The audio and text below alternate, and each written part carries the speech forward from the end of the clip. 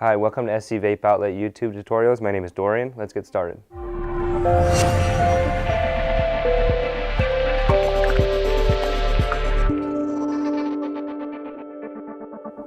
So today we're going to talk about EJuice or e-liquid, and there are thousands of different flavors which you probably already know by now, and there's different qualities.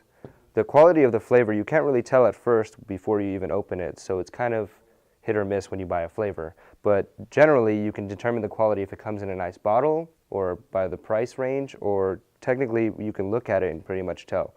But what I'm going to teach you about is the basics. So liquids usually come in two different kind of colors. They come in these lighter colors that aren't usually added with any sweeteners or any artificial coloring to them. And they come with artificial coloring into it with caramel color, same thing that you would find in your sodas. All these flavors have USP grade ingredients in them most of the time. You want to really stay away from any e-liquids that don't state that they have USP grade liquids in them. Now, the main ingredients in these are propylene glycol, vegetable glycerin, nicotine, and artificial natural flavorings. Coloring isn't technically an ingredient, but that's also in there as well. Your glass bottles allow good steeping for your juices.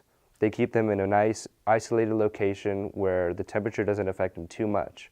When you get a brand new juice, sometimes you might not like the flavor because it hasn't been steeping for a while. Just like you would steep your tea or you would make coffee in a French press, you want them to sit for a little bit. Now, typically a juice is steeped for about a month before you buy it. After you buy it, it's already ready to go. If you don't like a flavor at first, you can always let it steep and come back to it later, but that's all up to personal preference.